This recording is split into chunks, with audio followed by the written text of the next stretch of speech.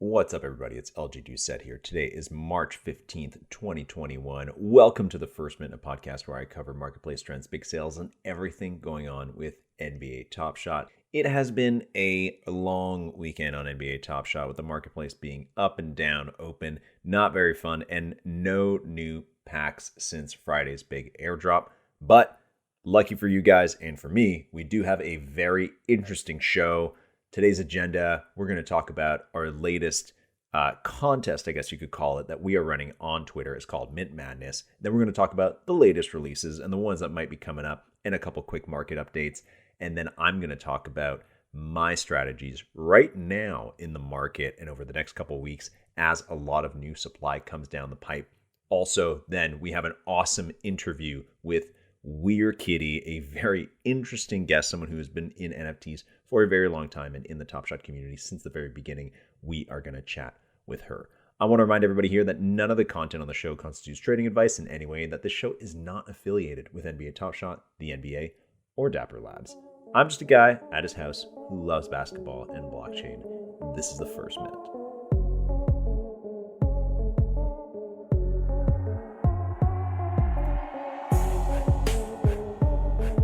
So, to keep us entertained over this weekend, myself and some of the other geniuses of the First Mint, or mainly, I have to say, mainly these other guys, have come up with an awesome challenge to run in the community, and it is already up and running. It's called Mint Madness Handles Hoopla. Basically, what we decided is that we wanted to do our own little bracket, very much like a very famous one that's going on right now or starting very soon.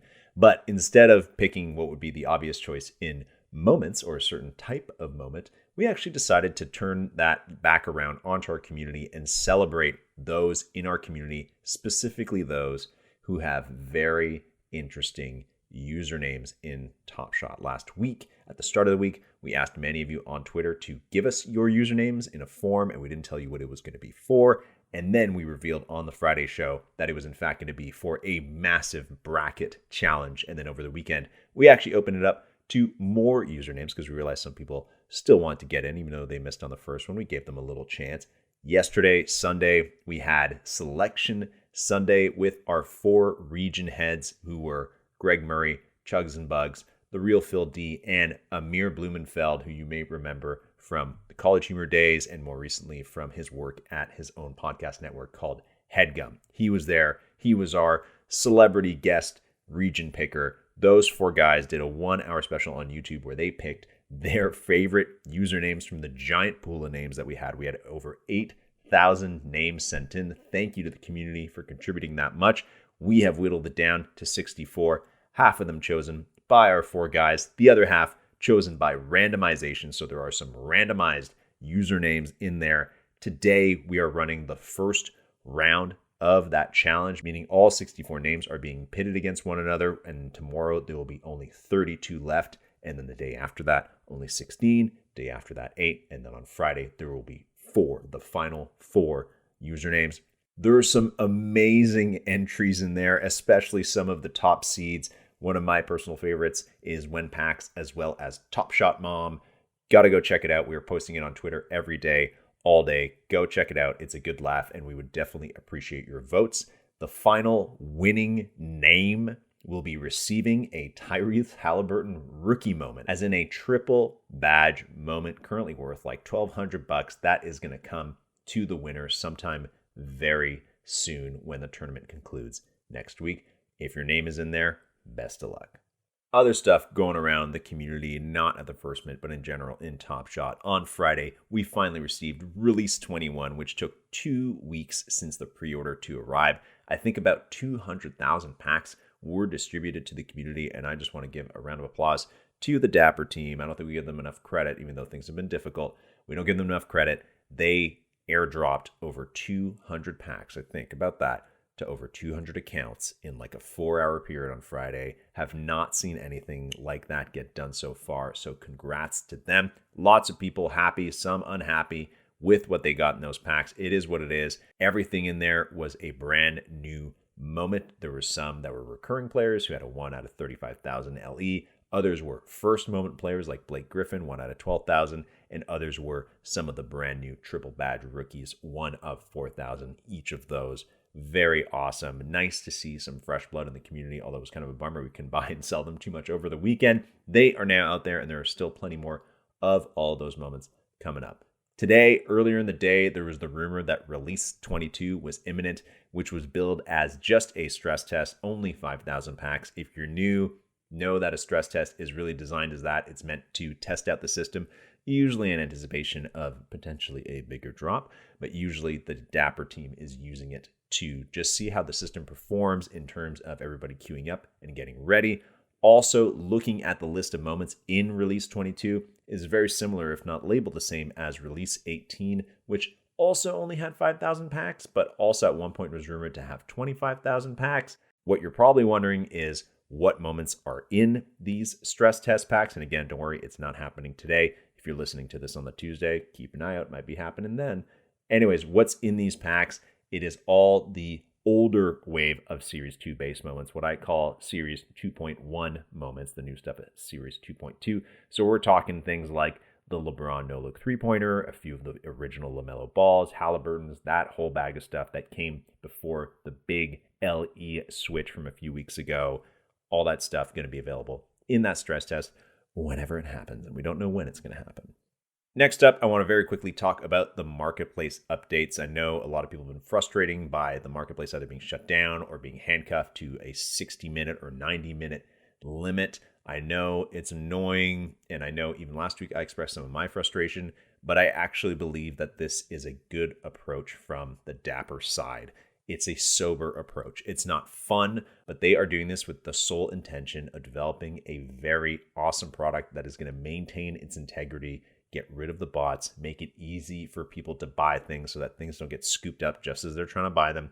They are trying to find that right balance, and in the end, it will benefit us, and it will also benefit all the people that are coming after us. Let's keep that in mind. Hopefully, we can get that marketplace back to normal in the next couple days, and maybe get those limits back down to a minute or two.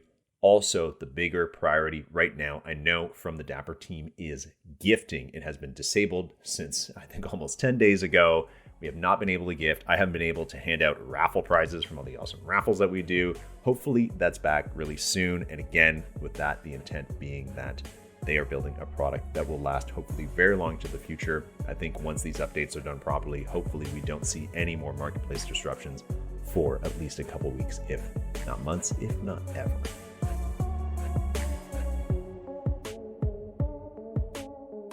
Last, before we get to the awesome interview with Miss WereKitty, I'm going to talk about some of my strategies for the next couple weeks. I get asked this a lot, and I know that I often say on the show, hey, this isn't financial advice.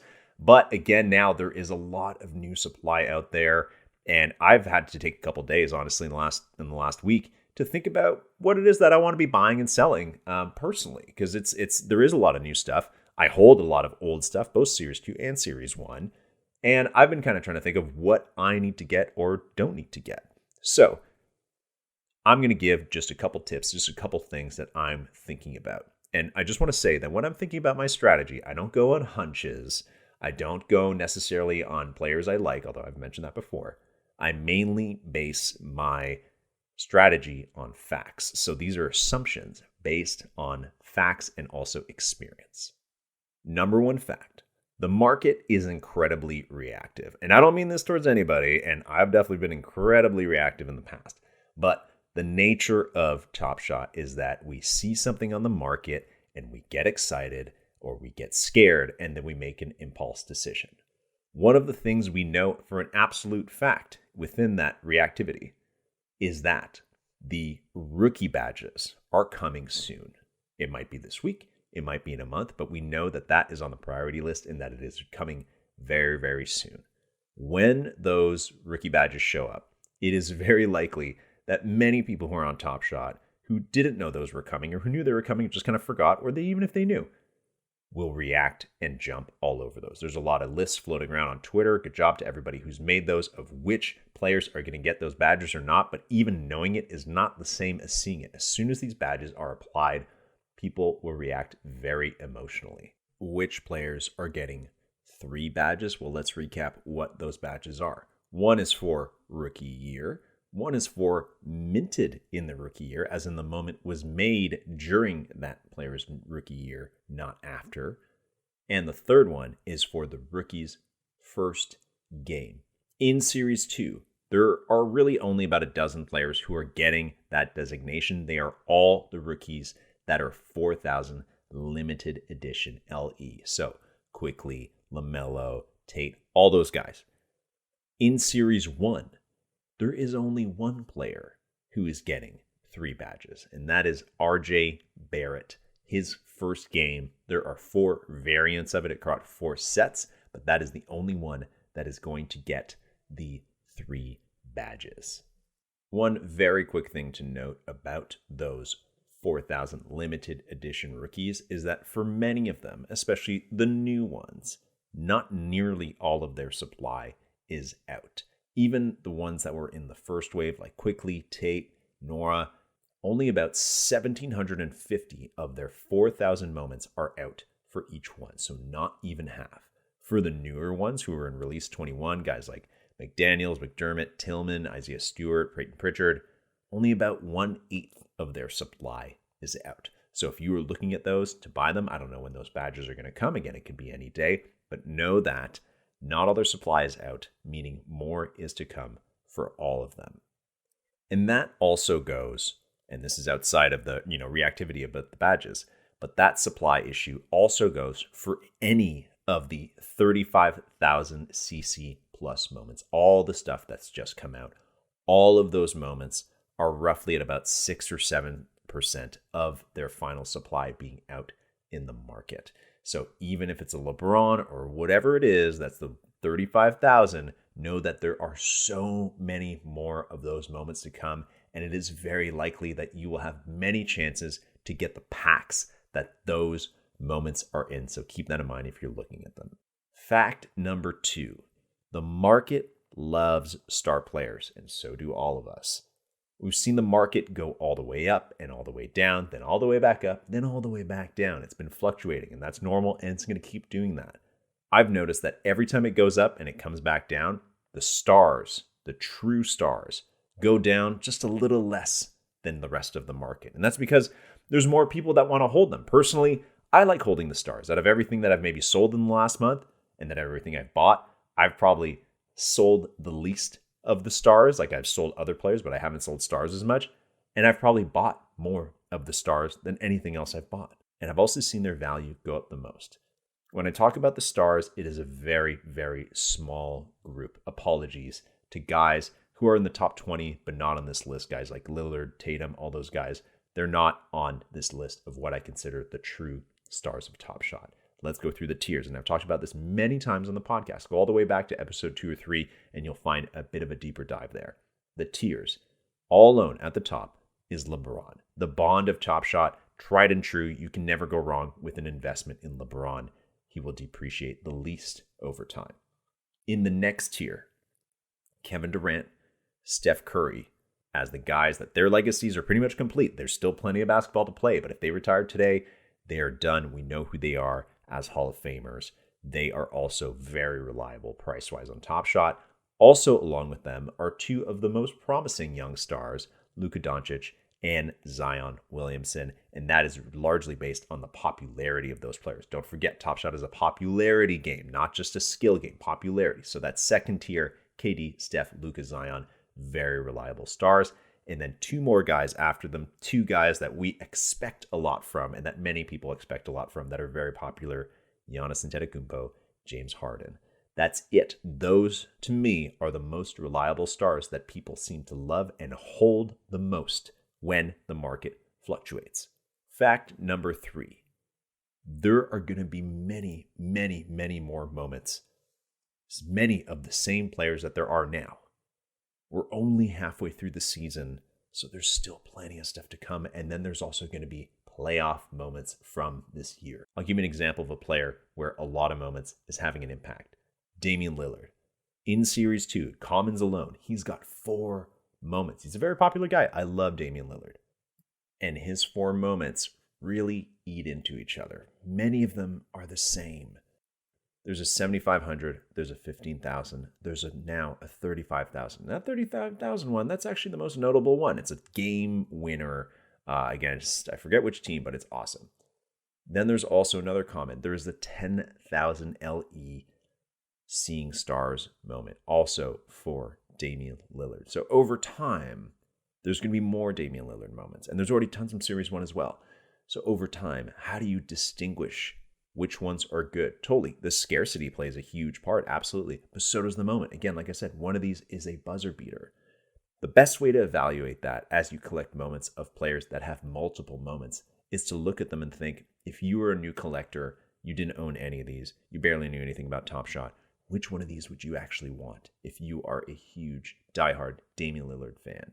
Another player that's an example, Lamelo Ball. For a long time, he had one of the hottest moments in Top Shot for a common. His 4,000 limited edition just kept climbing. We couldn't believe it when it got to $200, then $600, then $900. Now it sits steady at like $3,000.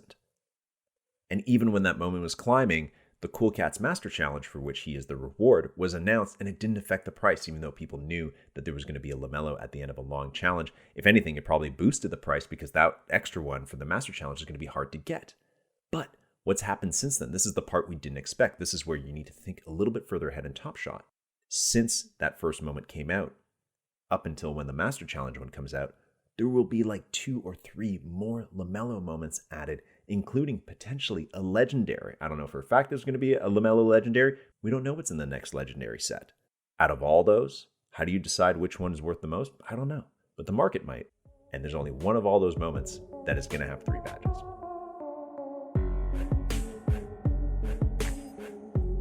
Next up, you're going to hear my interview with our guest, one of the OGs of the community, WereKitty. She lives in Norway, and she has been in crypto for a very long time. She came in through Cryptokitties, like many people in Top Shot from the OG crew. They came in through that project. She's not the biggest basketball fan, but she is an avid collector, and she is a very important community builder in the space, working primarily right now on projects like Avastars. Have a listen.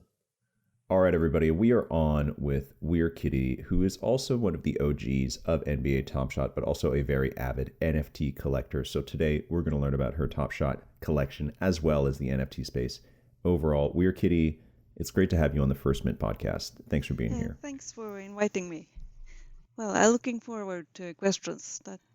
This will be my first podcast, so I'm not used to speak much in public. So this will be interesting. That's all good. That's all good. All the more reason to have you on the show. Let's start with some easy ones. How did you get into Top Shot? How did this happen? Well, I've been playing Cryptokitties since December 2017. I've been hanging around with Dapper since, it's almost 3.5 years now. So I started out playing regularly, and then I was added as a moderator on the Cryptokitties Discord in November 2018. And when the Top Shot Discord was made, they just transferred us all the Cryptokitties mods just to look after that very empty room for several months. When the beta finally started, I was around. And I had to try this. So one of the product managers in Top Shot, Alan, has been a product manager also at Cryptokitties before he left for Top Shot.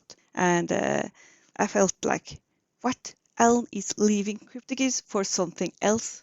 That was something that I never imagined happened. So I had to check out what's exciting enough for Alan to leave the kitties alone and go over to something else. So I had to try and buy this stuff. And I was also very curious about the new blockchain.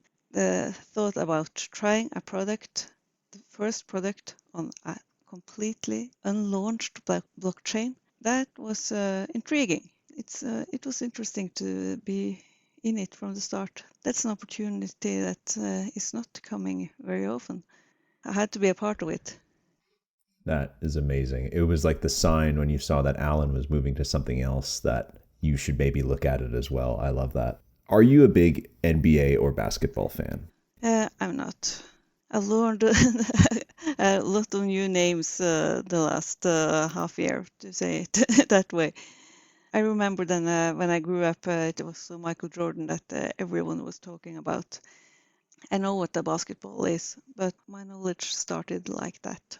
But I'm looking forward to the UFC because I think I used to be following MMA when I was younger, so that will be fun. What sports? I mean, okay, I have to ask now. If you used to follow MMA but you didn't follow basketball, like what sports do you follow in general? When I grew up, it was skiing on the television, and well, my brother followed soccer, so I had to. Well, I'm a husband too, so I have to have seen some matches there that I wasn't very interested in. And well, sky jumping, snooker, and curling. That's kind of fun. Wait, do you do any No, curling? Are you a I haven't. curler? I'm not. Okay. I'm not good at sport. That's okay.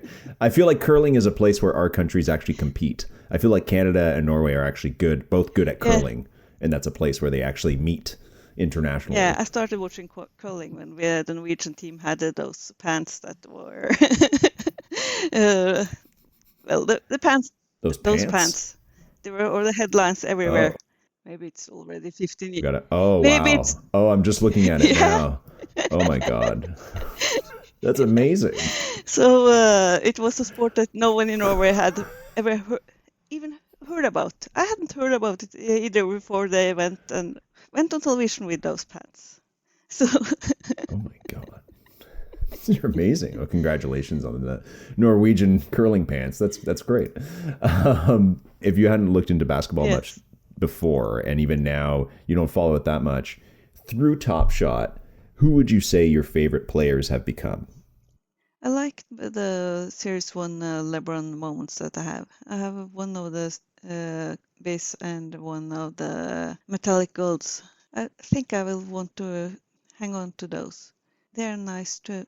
They're a nice memory of being there in the first year. How do you know then how to manage your Top Shot account? How do you know what to buy or to sell? I usually don't buy and sell very much. I had probably half my account was base moments that I had listed last year for $1 or something. So that was a lot of happy collectors joining in January that could that had a good time scoping up those. After that, I usually buy in sometimes if I want to compete in a challenge. I buy some of the more, well, the top 5 players sometimes if I see something that looks underpriced. If everyone is selling, then it's usually some good steals on the market. So What other NFTs are you into? let me check my OpenSea account.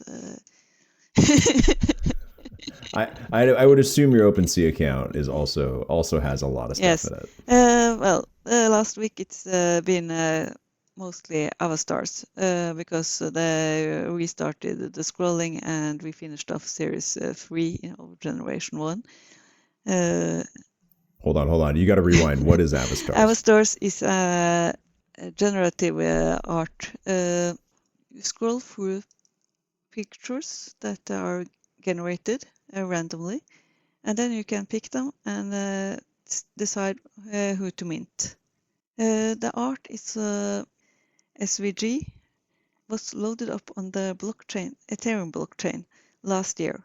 So each piece of art is loaded on the blockchain, and when you scroll through on the website is using those pieces of SVG and it's randomly combining them into male or female avatars. And that what traits are available that varies with each series. It's the art that is available now is Generation 1. You find what you like and then you can use the traits from the avatars you own to mint a new replicant. I'll be honest with you. I do know about Yeah. Avastars, and I tried very hard during the Meta Olympics and that whole Token Smart era through the fall to do the Twitter contests where you had to like describe who the Avastar was to try and win, and I never got close to winning, but I tried. I just want you to know I tried really hard. Yeah, I've been so into it now. So it's the thing is that I've been with the Avastar project since the early beginning. I'm an official advisor on the project.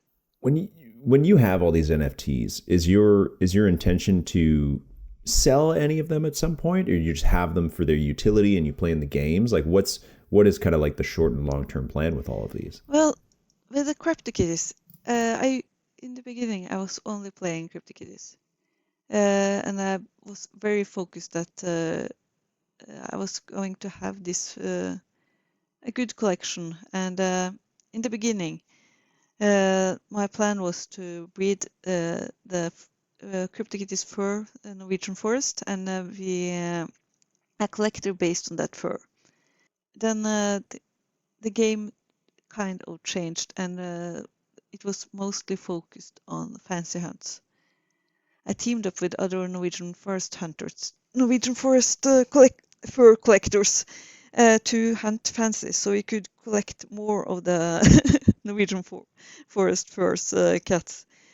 But the original plan was to be able to play the game so we could keep playing without adding more funds and hopefully earn something on it. Games always changes a bit, and the blockchain has changed a lot during the last 3.5 years too. How have NFTs changed your life? It's been fun. It's been very time consuming to keep up with everything, and it has paid off. Like what happened in January when everything exploded. Like we were not, at least I was not prepared for that happening.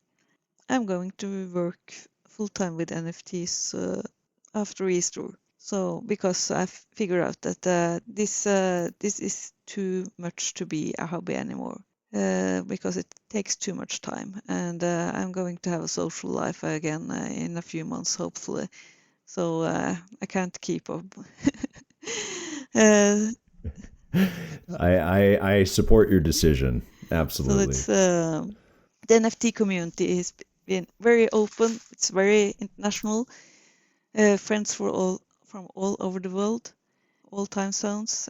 A lot of very intelligent, very skilled people that are into this environment. So it's like there's always someone that I look up to, that I want to be as good as that person. I can be better here, I can be better there, I can learn this, I can learn this, and it's so interesting to talk with that person and that person, that person, that person, and so on. You already kind of covered this, but if you can give us like 2 pieces of advice for anybody who's new to NFTs, maybe people who have Top Shot but are looking to, get into other NFT projects and they're not really sure where to start. What are 2 pieces of advice for those people? Don't spend more than you can afford to lose. Because even if the project stays around, it's not. It's possible that you will never be able to sell for what you bought it for. So just be sure that you only spend money you can afford to lose, and only buy the things you want to keep. Why do you call yourself WereKitty? Why did you choose that? Well, that's a lot of personal reasons. Like it is the duality nature. It was a bit of a pun to myself about my nature, that nice and looking completely harmless until really provoked. Nice. Okay. Now we're gonna play a game, Yep. and I'm gonna give you 2 options, and you have to tell me which one you would take out of the 2 options. Okay. Okay. Would you rather LeBron James comes to your house and you guys make him an Avastar?